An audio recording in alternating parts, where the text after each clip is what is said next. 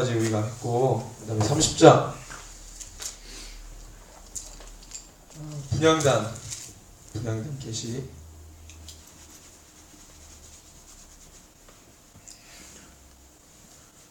30장 한번 볼까요?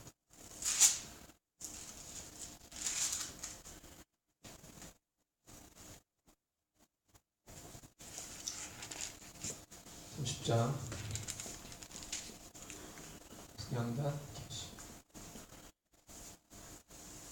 분향단은 성전에 있는 분향단 말하는 거죠. 성소와 지성소. 뭐냐면 성소에 있는 분향단. 그래서 6절에 보니까 이렇게 되어 있어요. 위치가. 그 제단을, 이 분향단 제단을 증거궤 위 속죄소 맞은편 곧 증거궤 앞에 있는 휘장 밖에 두라. 증거궤 앞에 있는 휘장 바뀌면 어디예요? 바로 앞에. 소리가 있으면 저 증거궤가 어디 있어요? 언약궤 안에. 안에 어디 안에? 성소. 성막 안에. 지성소 안에. 지성소 안에 지성소. 언약궤 또는 법궤에 있는 거예요. 지성소 뭐라고 돼 있어요? 지성소 속죄소 맞은편. 속죄소가 어디라 그랬어? 법궤 위에. 법궤 위에가 속죄소야. 그러니까 이제 법궤를 말하는 거야. 법궤 맞은편, 법궤 맞은편 곧 증거궤. 법궤 앞에 있는 휘장 밖에 면은 어디예요? 가운데. 성소. 여긴 지성소고.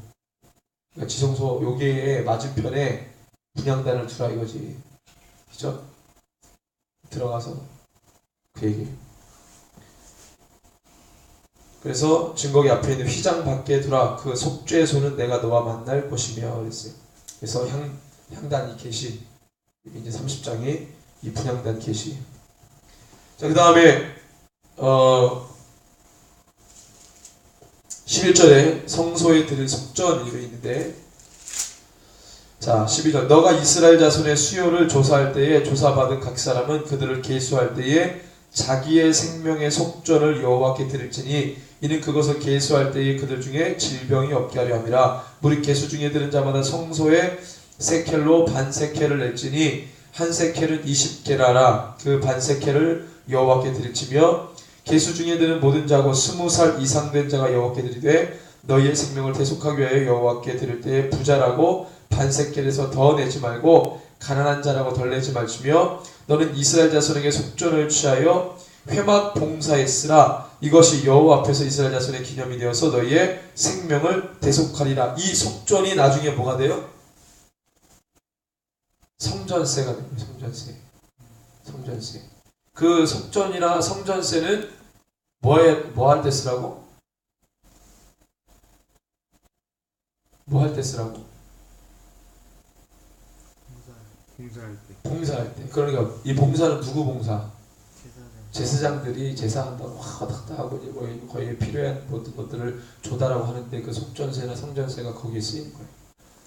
그래서 옛날에 다음 블로그나 이런데 가면은 막 옛날에 그런 걸 봤어요. 11조 헌금 이 개념이 완전 다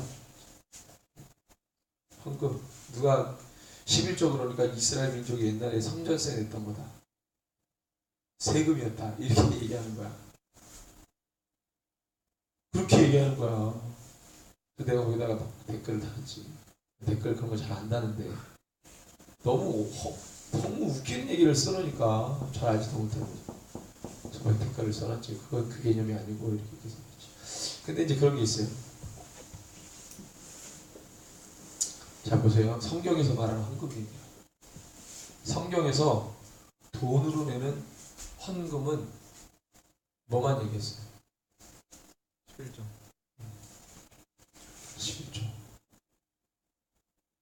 아니 봐, 이 성전세인데 이 속전의 개념이 뭔지 알았죠? 이해했죠? 이해했어 안 했어? 이 속전의 개념이 뭐야? 왜 내는 거야 이거?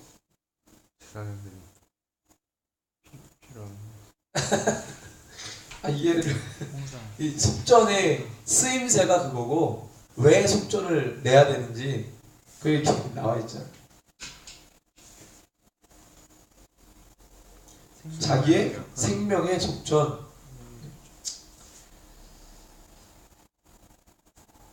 네, 그걸 내는 거예요. 자, 성경에서 우리가 지금 이해하는 헌금은 11조밖에 얘기를 안 했어. 성경에서. 자, 그리고 이 속전하고 성전세를 있단 말이야. 이거는 뭐예요?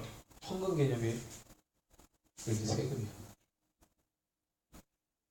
내 생명에 관련된 내 생명을 보존해 주신 그분께 이 성전의 모든 것들이 원활하게 되도록 그것을 내는 일종의 세금 같은 거지. 뭐 이거를 헌금? 자, 근데 내가 좀 얘기를 할게. 돈으로 말하는 그 헌금은 11조야. 근데 한국 교회가 이거 어떻게 확장시켰냐면 번제를 할 때 가지고 오는 재물이 뭐가 됐어? 헌금이 됐어.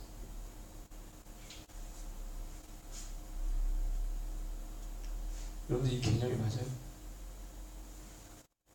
근데 지금 그렇게 하고 있지 학교에.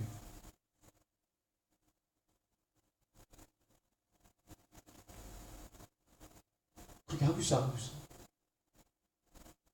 그렇게 하고 있어요. 헌금 개념을 재물로 99%가 생각해.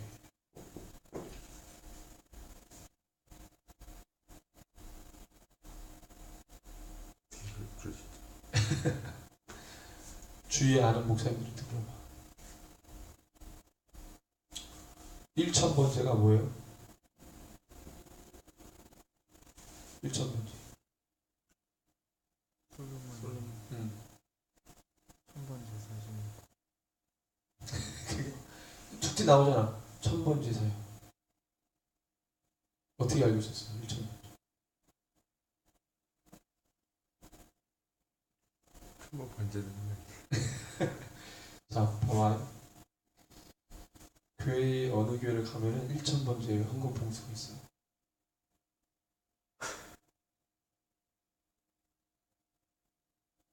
(99%가) 재물을 헌금으로 생각해. 99%가.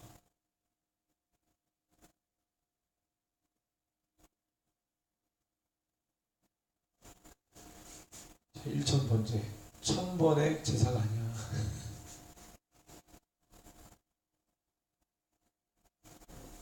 1,000개의 제물로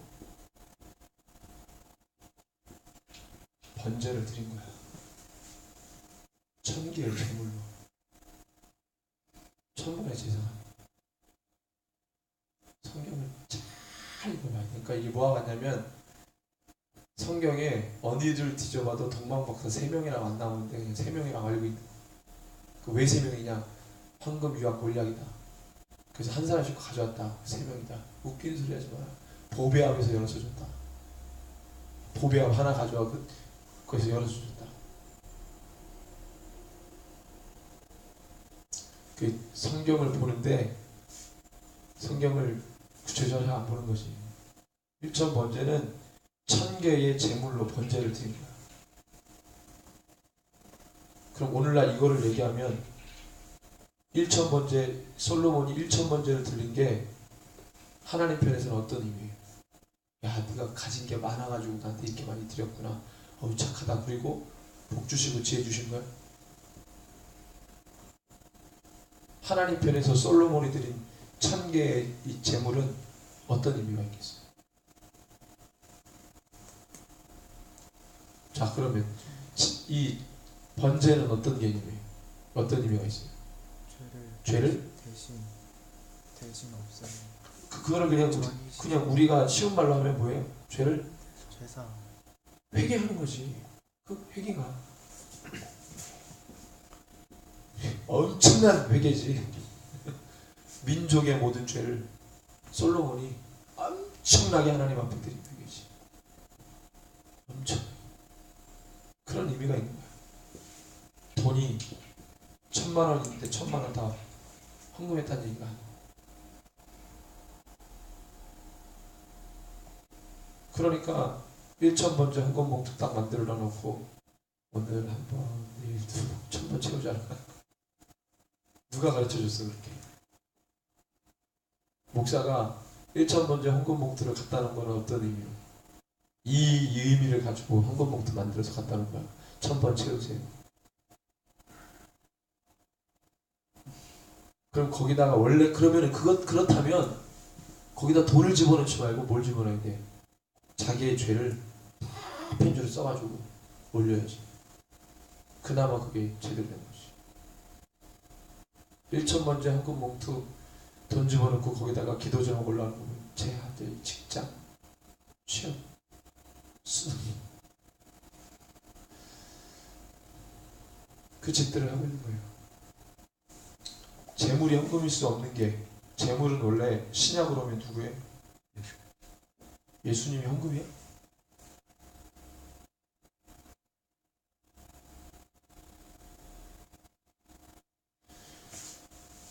재물을 드려야 되니까 양을 드린다. 집 비둘기를 드린다. 내 가지고 있는 재물 중에 내가 가지고 있는 재물 중에 요거는 흠없고 점없는 거니까 이거 드리자. 그 개념이 아니고 내가 가지고 있는 것 중에 저거를 하나님 앞에 재물로 드린다 그러면 저거는 재물이 아니에요.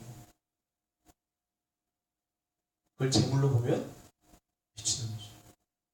내 죄를 전가해서 내 대신 죽을 재물이지 그거를 저걸로 보면 안 되지. 뭐라 그래? 이 재물 이걸로 보면 안 되는 거. 이걸로 봐야지. 이 재물이 이게 맞나? 그 재물이 그치? 이걸로 보면 안 되고 이걸로 봐야지.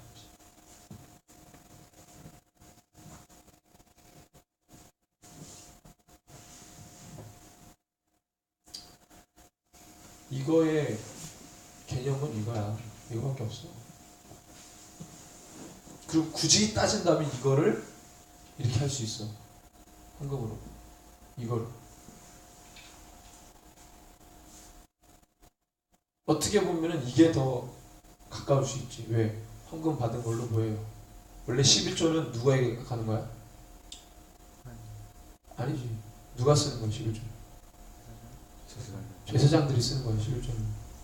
가서 이렇게 11조 드리면 제사장이 쓰는 거야. 이거는 성전 돌아가는 활동에 쓰이는 거야. 만약에 교회 헌금을 했어. 그럼 교회에 돌아가는 걸 쓰잖아 헌금이. 그럼 이 개념이 맞겠지. 그러니까 어떤 목사님이 이거에 눈을 뜬 분들은 헌금 11조 들어오면 다 목사에게 이런 분들 있어. 내가 직접 들었어. 아주 미칠 노릇이죠. 초대교회 때는 헌금을 어떻게 해요? 헌금이라는 개념이 없지 않나요? 헌금은 성전 제사할 때 헌금이야. 11조 그 당시에는. 근데 이런 것이지. 회당 모임 시스템으로 갔기 때문에 헌금을 낸 게 아니고 자기네들끼리 필요한 것들을 나눴지. 자기네들끼리 필요한 거. 지금의 헌금의 유형은 그때 없었지. 지금의 헌금의 유형은 로마 카톨릭 때 이런 거지. 생각했지. 옛날에 이제 이렇게 유추해 볼 수 있어요. 회당을 운영하는데 랍비가 있잖아. 회당장이다. 회당장. 회당에 와가지고 말씀을 듣고 이러면 이 회당장에게 뭐 이렇게 드려. 지금의 식으로 말하면 옛날에 유대인 회당들이 그렇게 운영됐으니까. 그래서 뭐 쌀도 유리의 개념 쌀도 회당장에 갖다 주고 닭도 드리고 뭐도 드리고 뭐 이랬단 말이야.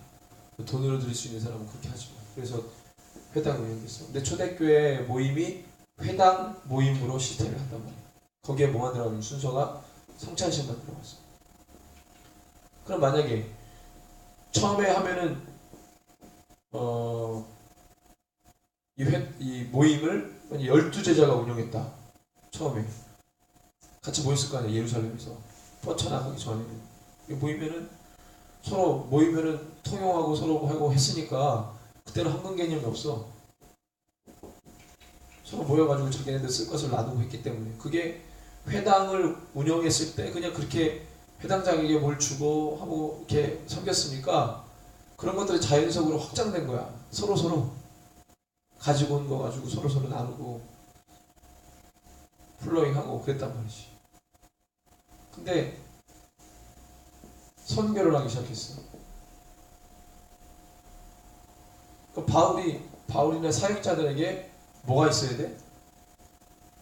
재정이 필요해. 재정을 어떻게 모았어? 그냥 예를 들면 예루살렘 교회를 섬기기 위해 바울이 1차, 2차, 3차 돌아다니면서 뭐 했어요? 돈을 받았어. 교회들마다 가가지고 예루살렘 교회를 섬겨야 된다. 빚진 자다. 이러면서 확 썰을 풀어가지고 돈을 모았단 말이에요. 그래서 그 자금을 어디에다가? 예루살렘 교회에다가. 이런 개념에 재정을 모아다가 푸는 그런 게 이제 막 형성이 되지. 사역을 하다 보니까 교회들이. 그 다음에 선교 사역을 막 하고 지원을 하는데 교회들이 모아다가 도와주고. 그러니까 모아야 되잖아. 그전에는 그 공동체 안에서 필요한 것들은 자기네들끼리 뭐 했어요? 서로 통용했단 말이야. 자기 것을 여기지 않고 서로 통용했단 말이야. 그러니까 공동체가 굴러갔어. 그때 당시에 뭐 이걸 하면은 무슨 전기세가 들어가 물세가 들어가 그냥 지네들끼리 앉아있는 공간 안에서 서로 필요한 것들을 쓰고 했겠지. 관리비가 없단 말이야. 관리비가. 인건비는 있어도 이분이 또 우리에게 썰을 풀어줘야 되고 막 돌아다니셔야 되니까 하라고 모아다가 뭘 주고 그런 인건비는 활동비는 있어도 관리비가 안 들잖아. 그렇게 해서 하고 그 다음에 이런 사역자들 때문에 돈을 모아다가 해야 되는 거야. 근데 조직이 계속 이렇게 초대교회 같은 그런 게 아니라 지금 형태의 조직으로 이렇게 커가면서부터 이 회당에서의 식이 나오는 거지. 뭐예요? 우리의 여기에 말씀을 가르쳐주는 감독. 여러분들 12제자 사도라 그러지? 사도의 직계제자를 뭐라 그래요? 속사도라 그러지? 속사도 나올 때 그때 나온 게 뭐예요? 감독제가 이그나티우스가 클레멘트가 군주감독제 얘기해가지고 감독제가 나왔단 말이야. 그때부터 지금 형태의 목회자가 나온 거야. 그럼 얘네들 뭘 먹여 살리게 해야 되잖아. 우리를 위해서 썰을 풀어주니까. 그래가지고 현물로 준다거나 돈으로 준다거나 뭐 이런 새가 그분들 섬기지. 그래서 그게 자연적으로 뭐가 돼요? 헌금이 되는 거겠지. 그래서 조직이 커지다 보면은 되고 나중에 카톨릭이 성전 짓는다고 뭐거든? 면죄부. 아니 성전 짓는다고 뭘 걷었어? 성전세를 걷었잖아. 교회 짓는다고 성전세 개념에 교회 내는 세금을 그때는 카톨릭이 유럽을 지배했던 데 아니야. 종교세를 받는다고. 그게 헌금 형태였지만 그 종교세를 받아다가 신부들 봉급 주고 그랬단 말이야.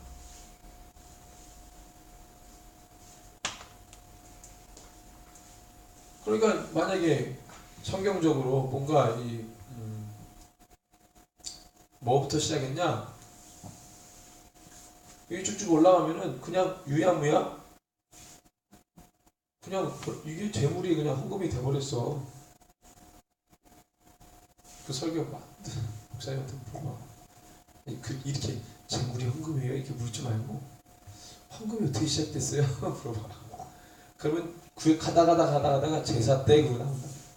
재물 틱틱한다. 99%가 이 생각이에요.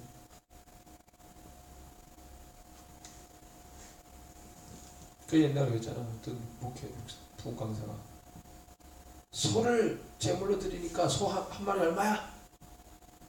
그때 당시에 뭐 500만 원이라고 500만 원 헌금 드려. 그런 부흥 강사들. 양은 얼마 하겠어? 300만 원. 300만 원 작정원금 뭐 이러고. 그래서 돈 보다가 7대3으로 나눠가지고 3은 분강사 주고 7은 그 교회 담임 목사님 주고. 아니 현실을 얘기하는 거야 현실을.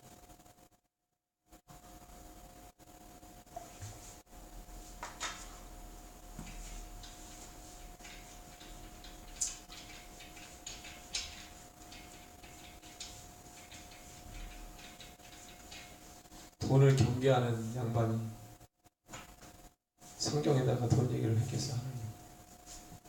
돈이 우리의 신앙의 올무가 될 줄 뻔히 아는 재물을 돈으로 한 거면 말도 안 돼. 하나님 무슨 바보.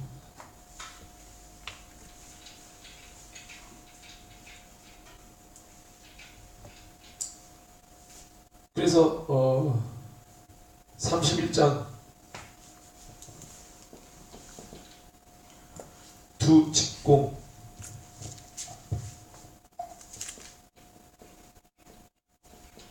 그럼 이제 성막 계시가 끝나. 31장에 보면은 기술자를 부르시지. 누구하고 누굽니까? 2절에 보니까 내가 유다 지파 훌의 손자 우리의 아들인 부살레를 지명하여 부르고 하나님의 영을 그에게 충만하게 하여 지혜와 총명과 지식과 여러 가지 재주로 정교한 일을 연구하여 금과 은과 노쇠 만들게 하며.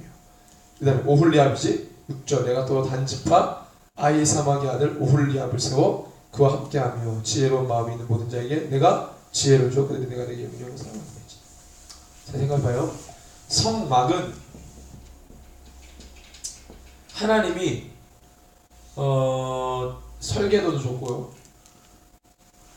그 다음에 모두 명했어요. 모든 재료 다 얘기해 주셨어요. 그 다음에 누구 두세요? 우리 제사장 두세요. 그 다음에 이거 만들 기술자까지 하나님이 다 세웠어요. 누구 세워라 다 했어요. 그게 지혜를 주고 부살레가 올리하며. 성전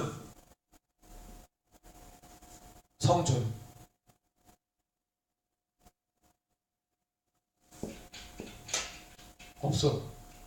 설계도도 안 줬고 무슨 제물로 하라고 말도 없었고 기술자도 찍지 않았어.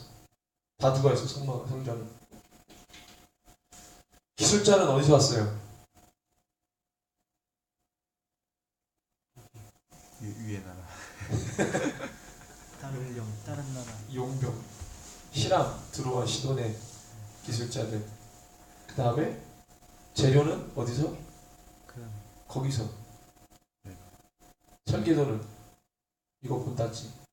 좀 확장시켰지.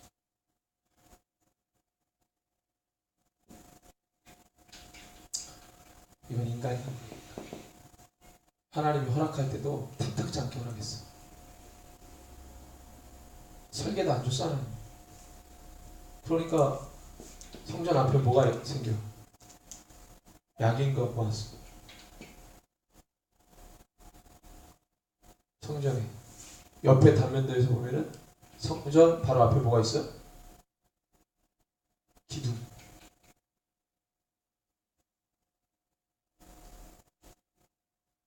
이 형태.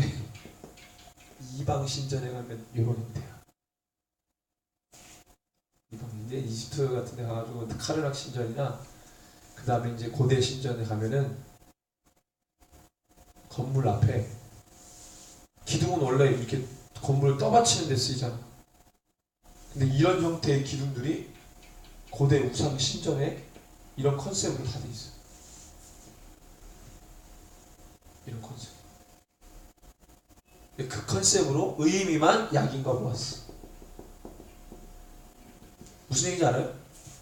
그런 건축 양식, 그러니까 지금으로 말하면 그 당시에 건축 양식, 그 당시에 유행하는 건축 양식이 그거였어. 모든 이방 신전이나 우상 숭배하는 신전의 형태가 이거야. 그 건축 양식을 그냥 그대로 본따서 하나님의 성전이니까 이름만 약인가 모아서 하자. 이름을 넣은 거야. 하나님이 약인가 모아서 기둥 만들어라 해서 만든 게 아니고. 무슨 얘기인지 알아요? 기술자들이 이렇게 해놓고 이름을 약인과 모아스 해놓은 거야. 건축 양식은 이방 신전하고 똑같은 거예요.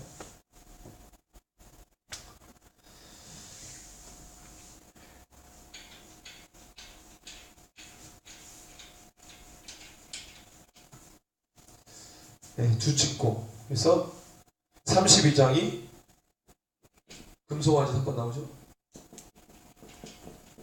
32장 금송아지 사건. 그래서 언약이 여기서 한번 파기돼요.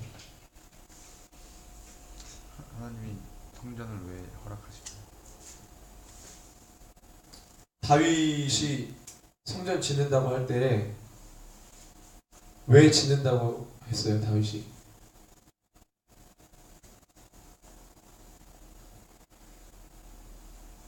다윗이 왜 성전 짓는다고 했지? 나는 괜찮은 곳에 이렇게 있는데 하나님의 법궤는 어디 있었어요? 네? 다윗 궁에 다윗은 있었는데 하나님의 법궤를 가져왔잖아. 그 법궤가 어디 있었어요? 자기 침실 옆에다 놔뒀나? 다윗 궁, 이 왕이 있는 이 궁, 그 침실 옆에다가? 아니면 좋은 데다가 갖다 놨나? 그 법궤 장막에다가 법궤를 놔뒀어. 그러니까 나는 대궐 같은 궁 안에 나는 있는데 하나님의 임재의 상징은 법궤는 어디 있다고?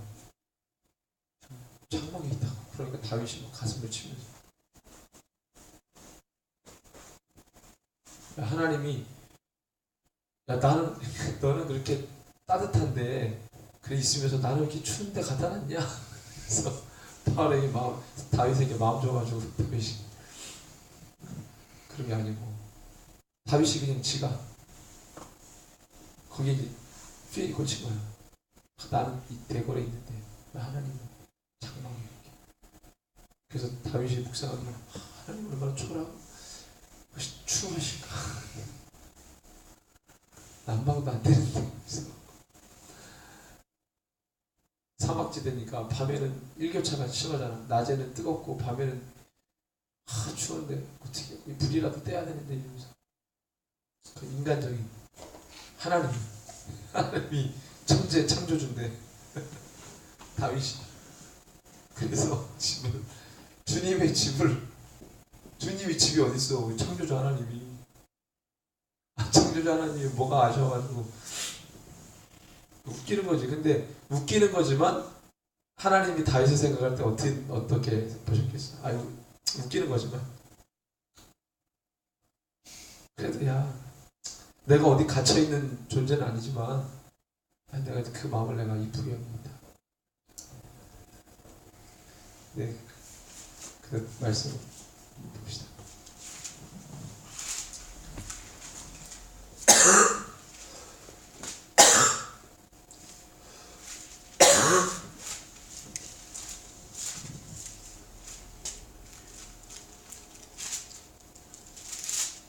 사무엘하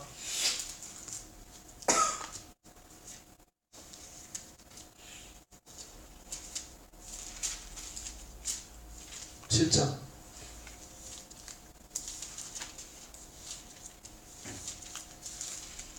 여호와께서 주의 모든 원수를 불지르사 왕으로 궁에 평안히 살게 하신 때에 왕이 선지자 나단에게 이르되 볼지어다 나는 백향목 궁에 살거늘. 왕이 누구에게? 나단을 불렀어요. 나단아 이리 와라. 나는 백향목 궁에 살거늘. 하나님의 괴는 휘장 가운데 있는구나. 나단이 왕께 이르되 여호와께서 왕과 함께 계시니 마음에 있는 모든 것을 그냥 이렇게 마음에 있는 거 한번 얘기해 보세요. 그랬어. 그 밤에 여호와의 말씀이 나단에게 임했어. 누가 누구에게? 하나님이 다윗에게 임한 게 아니라 하나님이 나단에게 임했어. 가서 내 종 다윗에게 말하기를 여호와께서 이와 같이 말씀하시되 너가 나를 위하여 내가 살 집을 건축하겠느냐? 내가 이스라엘 자손을 애굽에서 인도하여 내던 날부터 오늘까지 집에 살지 아니하고 장막과 성막 안에서 다녔나니 이스라엘 자손과 더불어 다니는 모든 곳에서 내가 내 백성 이스라엘을 먹이라고 명령한 이스라엘 어느 지파들 가운데 하나에게 내가 말하기를 너희가 어찌하여 나를 위하여 백향목집을 건축하지 아니하였느냐고 말하였느냐. 이해가 가요? 그러므로 이제 내 종 다윗에게 이와 같이 말하라. 만군의 여호와께서 이와 같이 말씀하시기를 내가 너를 목장 곧 양을 따르는 데에서 데려다가 내 백성 이스라엘의 주권자로 삼고 너가 가는 모든 곳에서 내가 너와 함께 있어 내 모든 원수를 내 앞에서 멸하였은즉 땅에서 위대한 자들의 이름같이 내 이름을 위대하게 만들어 주리라. 내가 또 내 백성 이스라엘을 위하여 한 곳을 정하여 그를 심고 그를 거주하게 하고 다시 옮기지 못하게 하며 악한 종류의 전과 제대로 해하지 못하게 하여 전에 내가 사사에게 명령하여 내 백성 이스라엘 다스린 때와 같이 아니하게 하고 쭉쭉쭉 왕위를 경고케 하고 나라를 경고케 하고 그렇게 해서 하겠다 경고하겠다 이렇게 말씀하셨어요. 그 마음은 받으셨어요. 그렇지만 하나님은 어디에 갇혀 계시는 분이 아니지. 그걸 바라지도 원하지도 않으셨어요. 그냥 하나님이 말씀하신 것은 옳다구나 그래 잘했다 칭찬해 주신 게 아니라 그 마음을 품은 다윗을 그냥 뭐예요? 그 관계가 이거야. 다윗은 백향목궁에 내가 있는데 하나님을 좀 이렇게 생각했단 말이야. 근데 하나님 그런 거 자체에 관심이 없어. 이분은 창조주시니까. 그리고 그 마음은 받으셨어. 받으시고 야 너 내가 경고하게 해주겠다. 그런 거 신경 쓰지 말고 내가 너를 이름을 이렇게 해주고 경고하게 해주고 내 나라를 강하게 해주겠다. 나를 위해서 뭐 그런 마음 갖지 않아도 돼. 내가 너 창조주야. 뭐 이런 느낌인 거지.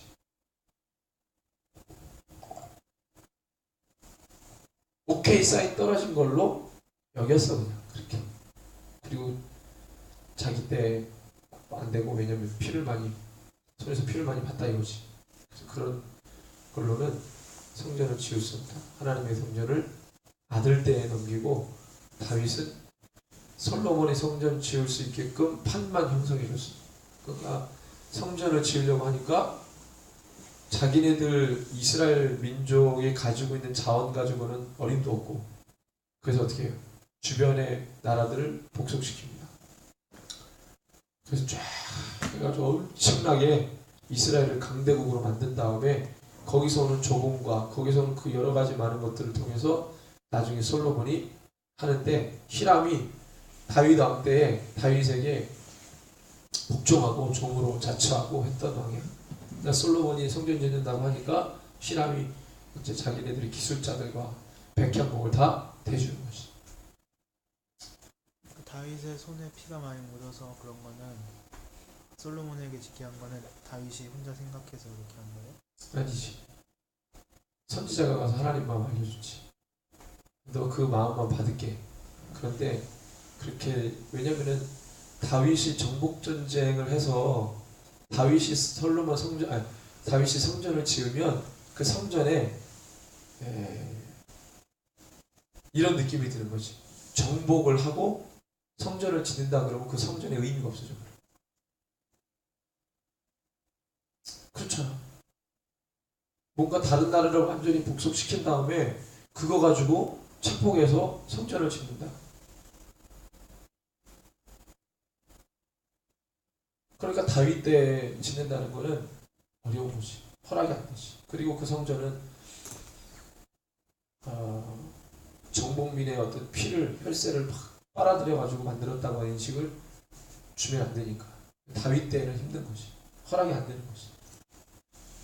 그러니까 그 아들 때에 그것이 이제 넘겨진 거지. 꼭 자기가 이룬 것 같은 느낌을 받을 겁니다.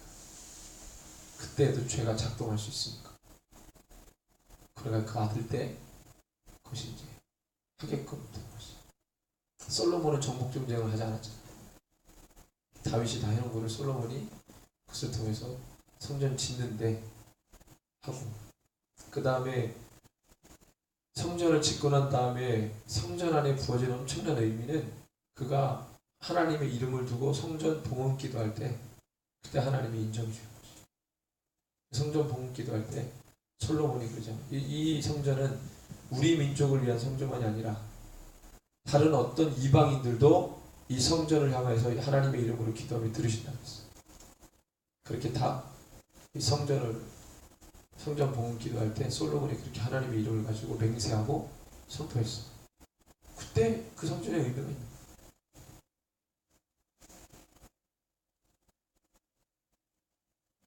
스룹바벨 성전 때도 그럼 솔로몬 성전 양식 그대로 비슷하게 했지. 그랬는데 사람들이 그 스룹바벨 성전 보고 기가 막혀가지고 울었대잖아. 저게 뭐야? 이러면서 너무 허접하게. 아니 똑같이는 만들 수 없지. 솔로몬 성전이 뭐 엄청났으니까. 근데 포로로 돌고 돌아온 사람들이 그걸 그대로 한다는 거는, 왜냐면 엄청난 국력이 필요한데 그 재료들과 이런 것들을 다 공수해 와야 되는데 그 포로로 끌려온 애들이 어디 가서 그걸 공수해 오겠어. 힘든 거지. 그러니까 그냥 구색만 맞춰서 하니까 옛날 솔로몬 성전의 모습을 본 노인들이 그 스룹바벨 성전 보고 울었잖아. 저거 뭐야? 하나님의 영광이 있으려고 하다가도 도망가겠다고 막 이러면서 뭐 울었잖아. 그건 안 되고 이제 나중에 헤롯이 유대인들 환심 사기 위해서 만든 헤롯 성전 때 개보수하면서 완전히 엄청나게 전했지. 그래서 그 헤롯 성전 전체를 막 금으로 다 두르고 그다음에 이거 규모도 확장시키고 막 이래가지고 유대인 환심 사려고 헤롯이 헤롯 성전을 부쉈지. 그러니까 솔로몬 성전, 수르바벨 성전, 그다음 마지막이 헤롯 성전이에요. 그 헤롯 성전은 수르바벨 성전을 개보수한 거예요.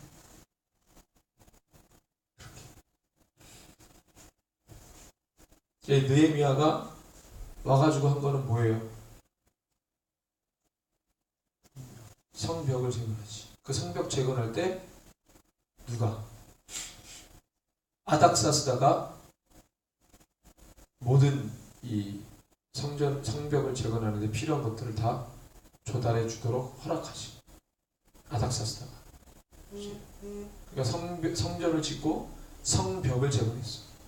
근데 성벽을 재건하는 게 그 당시에는 어떤 의미가 있어요?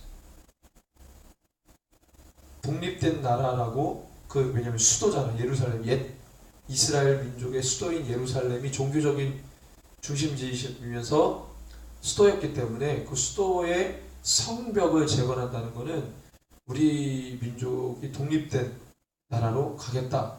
이거를 암암리에 표현하는 거거든.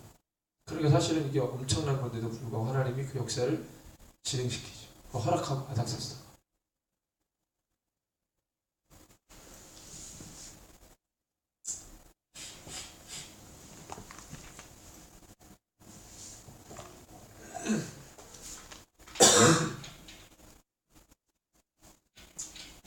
(32장의) 금소가지 때문에 만약에 파괴되고 33장에 임시회막에 가가지고 중보해요. 자, 임시회막이라는 게 뭘까? 회막이 뭐 하는 거였어요? 성막이 만들어지기 전까지 모세가 하나님과 교제했던 곳이 회막이에요. 이 회막에는 성소와 지성소 구분이 없어. 그죠? 그냥 장막이야. 그래서 진에서 멀리 떨어졌어. 이 회막은 하나님과 성막이 만들어지기 전까지는 이 회막에서 모세가 하나님과 교제했는데, 그때 누구도 따라와? 여호수아도 따라오지. 그래서 실컷 하나님과 교제했던 모세가 다 교제 끝나고 진으로 돌아갈 때 여호수아는 어디에 있었더라? 계속 회막에 있었더라. 그래서 여호수아가 얼마나 하나님을 사모하는 사람인지를 또 그 구절에서 알려주고, 모세가 진을 떠나서 회막에 와서 하나님과 교제할 동안에 진 안에 있는 사람들은 뭐 해야 돼? 진 밖으로 나와가지고 모세가 올 때까지 기다려야 돼. 네. 이제 하여튼 그런 회막에 그런 게 있었어요. 근데 이번에도 금송아지 사건 일어나고 난 다음에 회막에 가가지고 그랬죠. 자, 상황을 보면 잘 봐요. 하나님이 성막을 계시해줘서 만들려고 하는 그 찰나에 뭐가 터진 거예요? 금송아지 사건 빵 터졌어. 이게 뭐예요? 사단이 역사한 거지. 사단의 역사. 성막을 이제 막 만들려고 하나님 다 보여주시고 이제 해서 만들어야 되는데 착공 들어가야 되는데 그 사이에 금송아지 사건 터져요. 사단의 역사죠. 가만히 있을 리가 없죠.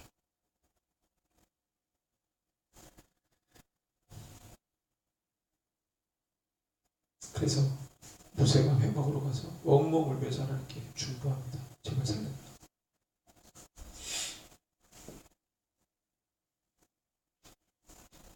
그래서 금송아지에 연루된 만들어서 그걸 만드는데 연루된 사람들을 다 아장을 해요.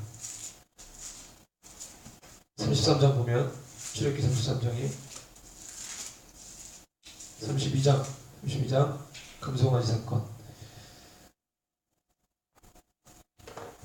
완전히 우상 제사 드린 거예요. 진짜. 그래서 아까 저번에 얘기했죠? 7절에서 10절. 야, 여호와께서 모세에게 너는 내려가라. 너가 애굽 땅에서 인도에 내 백성이 부패했다. 송아지 부어 만들고 지금 난리가 났다. 여호와께서 또 모세에게 이르시되 내가 이 백성을 보니 목이 뻣뻣한 백성이로다. 그런즉 내가 하는 대로더라. 내가 그들에게 진노하여 그들을 진멸하고 너를 큰 나라가 되게 하리라. 걔네들 죽이고 내가 너를 그렇게 하겠다. 그 다음에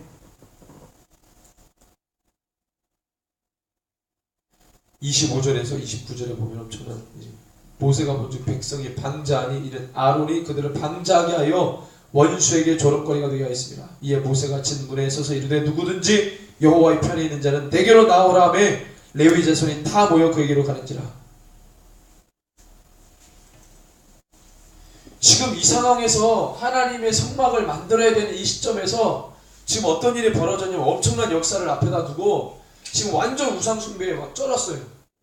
근데 모세가 와가지고 하나님의 마음을 가지고 선포하는데 뭐라고 선포했다고? 누구든지 여호와의 편에 있는 자는 다 내게로 와라. 그리고 갈라버려 사람들을. 이스라엘 백성들이 애굽 땅에서 나왔는데 그렇게 해서 하나님의 어떤 여러 가지 경험들을 막 하고 살아계신 하나님을 경험했는데 이 회막을 지금 19장에서 나온 지 지금 6개월 됐죠. 3개월 만에 나와서 3개월 만에 시내산에 도착했죠. 그리고 1년 동안 있다가 나중에 이제 가는데 이 시점에 그동안에 3개월 전에 또는 몇 개월 전에 하나님의 역사를 막 경험했던 얘네들이 한순간에 무너지면서 하나님 편에 서는 자들을 다시 모으는 거야. 예수님을 믿노라고 해서 따라왔는데 하나님을 경험했던 그들 중에서도 엄청난 역사를 앞에다 두고 사단이 역사해버리니까 막 다 뒤집어졌어. 넘어져 버렸어. 그래서 리더십이 와가지고 야 그럼에도 불구하고 하나님 편에 서는 자들 내게로 와라. 그리고 난 다음에 다 모였어. 누가 모였어요? 레위 자손이 모였어요.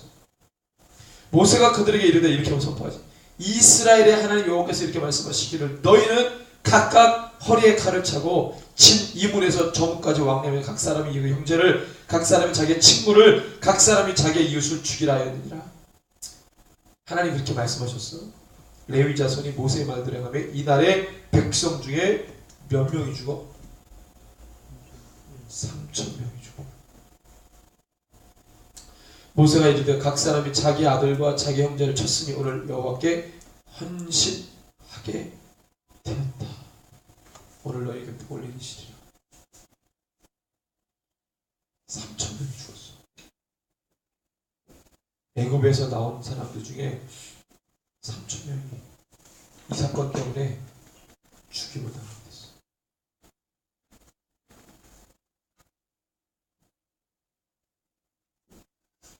알려줬잖아. 하나님만 섬겼잖아. 그렇지 않은 자는 3,000명이 죽었어. 적지 않은 인구에 3,000명. 그렇지 않은 사람들이 다 죽는. 그렇지. 주님 앞에 나온 레위 사람들에게 명령해서 거기에 가담했던 3,000명 어떤 사람들을 죽였을 것 같아? 그냥 무자비로 가가지고 막 보이는 사람마다 죽인 거야? 어떤 사람들 죽였을 것 같아요?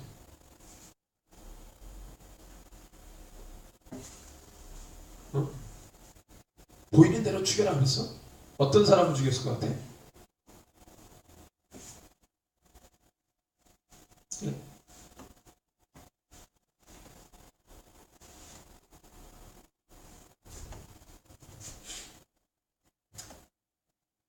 그것에 우상 금성가지 우상 숭배에 가담했던, 그리고 그것을 막 진두지휘했던 이런 사람들 죽어나갔겠지. 3,000명.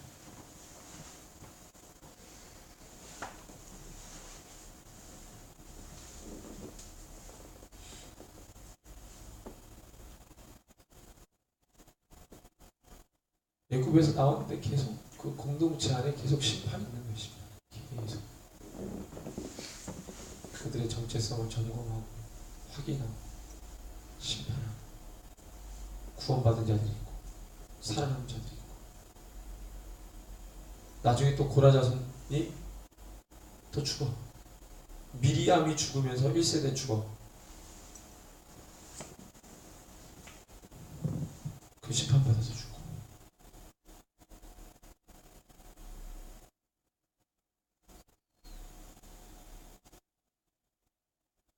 그러면서 그때 죽으면서 나오는 작용들이 뭐예요?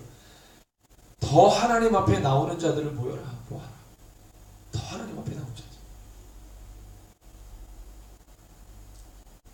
그게 공동체 안에서 계속 움직여. 계속 죄를 선포하고 회개하고 그렇게 움직여. 그렇게 나아가. 일들이 이 성막을 만드는 일을 앞에다 두고 이 금송아지 사건, 엄청난 사건이 일어나면서 사람들이 걸러지죠. 채로 걸러져. 그래서 34장에 새 언약 갱신, 돌판을 다시 주지. 34장에. 그래서 24장이 5번째, 6번째, 그 다음에 32장이 7번째, 마지막 34장이 언약갱신의 새 돌판을 가지러 올라간 게 마지막이에요. 그리고 하나님 안 부르시지. 그 다음에 35장이 성막 재료,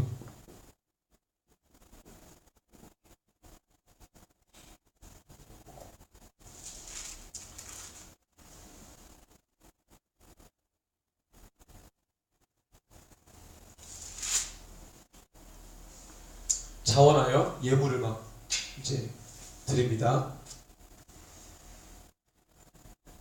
엄청나게 예물을 드려요. 그래서 29절, 35장 29절에 보니까 막 예물을 가져오는데, 마음에 자원하는 남녀는 누구나 여호와께서 모세의 손을 빌어 명령하신 모든 것을 만들기 위해 물품을 드렸으니 이것이 이스라엘 자손이 여호와께 자원해 드린 예물이니라. 하나님 앞에 자원하는 심정으로 막 예물을 드려. 22절에 20절에 이스라엘 자손의 온 회중이 모세 앞에서 물러갔던 21절, 마음이 감동된 모든 자와 자원하는 모든 자가, 그 다음에 22절에 곧 마음에 원하는 남녀가 와서 막 드리고, 그러니까 마음의 원으로 주님 앞에 막 드리는. 26절에 또 마음의 감동을 받아. 여러분들 펜으로 이렇게 체크를 해보세요.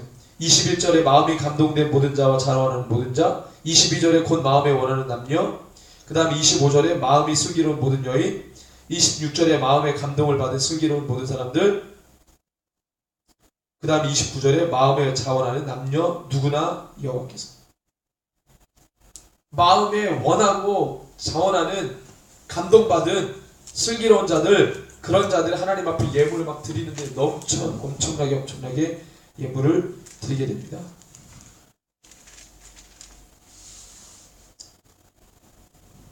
그 다음에 36장에 35장에 성막 재료인데 36장에 성막을 자꾸 착공하기 시작해요. 36장에 시작해요. 36장에 보니까 부살렐과 오홀리압 및 마음이 지혜로운 사람 곧 여호와께서 지혜와 총명을 부으사 성소에 쓸 모든 일을 할 줄 알게 하신 자들, 하나님이 어떤 일을 하게 하실 때에는 지혜를 주세요. 그 다음에 그 일들을 감당하게 하시는 거예요. 없던 능력도 막 있다 보니까 하는 거예요. 대원이가 막 미디어에 막 은사 개발되는 것처럼 하나님 지혜를 부으사 오홀리압과 부살렐처럼 마음이 지혜로운 사람, 지혜와 총명을 부으시고 모든 일을 잘 할 줄 알도록 하나님 역사하시는 가운데 계시는 중에 있으신 거지.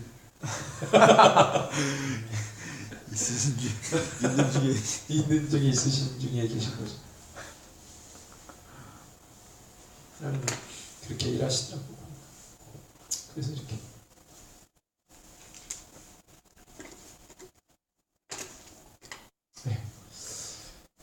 오늘은 36장까지만 하겠습니다. 그래서 우리가 어떤 일을 할 때 하나님이 지혜를 주신다는 거, 아이디어를 계속 주셔. 아이디어를 계속 주셔서 그 일들을 하게 하시는 것이. 그래서 우리가 계속 기도하면서 나가는 거는, 근데 이걸 모르고 그냥 무대뽀로 하려고 하는 사람들 되게 많아요. 그냥 믿음만 됐지 이러고 막. 지금 이상 시대의 부살렐과 오홀리압이 하나님이 그런 주신 어떤 이 아이디어나 독특한 창의적인 아이디어 없이 이런 일들을 어떻게 하겠어요? 그들이 한 번도 해보지 않았던, 물론 애굽에 있을 때 건축물 계속 그거 했으니까 그런 기술이 있는 사람들 있지만, 근데 이거는 창의적인 거예요. 하나님께서 모세에게 주신 이 설계도를 가지고 하는데, 정말로 그 많은 기술자들 중에서 그 민족 자체가 고센 지방에 있을 때 국고성이나 이런 람셋 이런 걸 막 지을 때 모든 자들이 다 그 건물 짓는데 막 동원이 되고 해가지고 기술자가 뭐 되게 수두룩 빽빽하게 있었겠지만, 그 중에서도 오홀리압과 부살렐이 이게 뭐예요? 마음이 지혜로운 사람, 총명한 사람, 하나님이 그의 영을 부어서 충분히 창의적인 일들을 감당할 사람들로 그 두 사람을 세워가지고 일을 일으켜요. 성품부터 좋았겠지. 사람들을 부여해야 되니까. 그래서 이 엄청난 대공사를 시작하게 하시는 거죠. 하나님이 그렇게 지혜를 주신다니까. 그래서 우리가 그냥 그 이름 정하는 데 엄청나게 걸리다가 나중에 IM이라는 이름을 딱 주시고, 그 다음에 로고, 우리 대건이를 통해서 로고 딱 만들게 하시고, 그 다음에 여러 가지 어떤 창의적인 일들이 계속 진행 중에 있는데, 하나님 그렇게 우리를 사용하시는 거죠. 대역사 앞에. 그런데 이런 대역사 앞에는 꼭 이런 일들이 있다는 거예요. 그래서 또 하나님이 막 모으시게 하고 죄는 다 잘라버리게 하고 엄청난 역사가. 그대로 우리가 묵상한 대로 세상은 계속 그렇게 흘러가요. 사단은 계속 도전하고, 하나님 그 선한 역사를 위해 계속 죄를 끊어내고 떼어내고 버려버리고 잘라버리고 계속 하나님의 역사가 진행되도록 일하시는 거죠.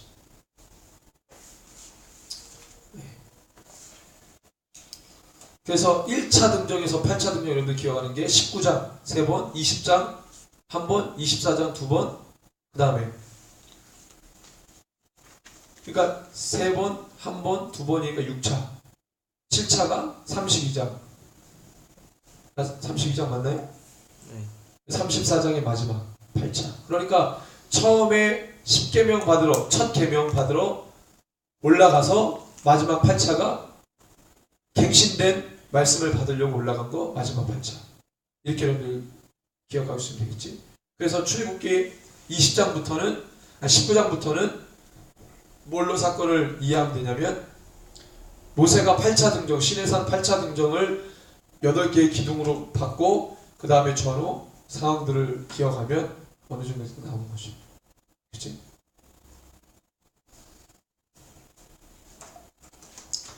예, 기도하겠습니다. 좋으신 하나님 감사합니다.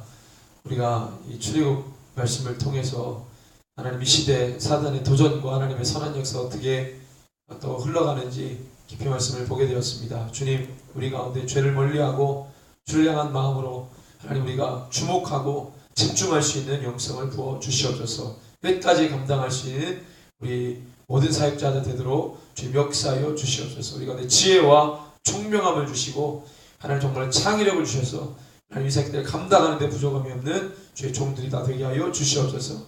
감사드리며 예수님의 이름으로 기도합니다. 아멘.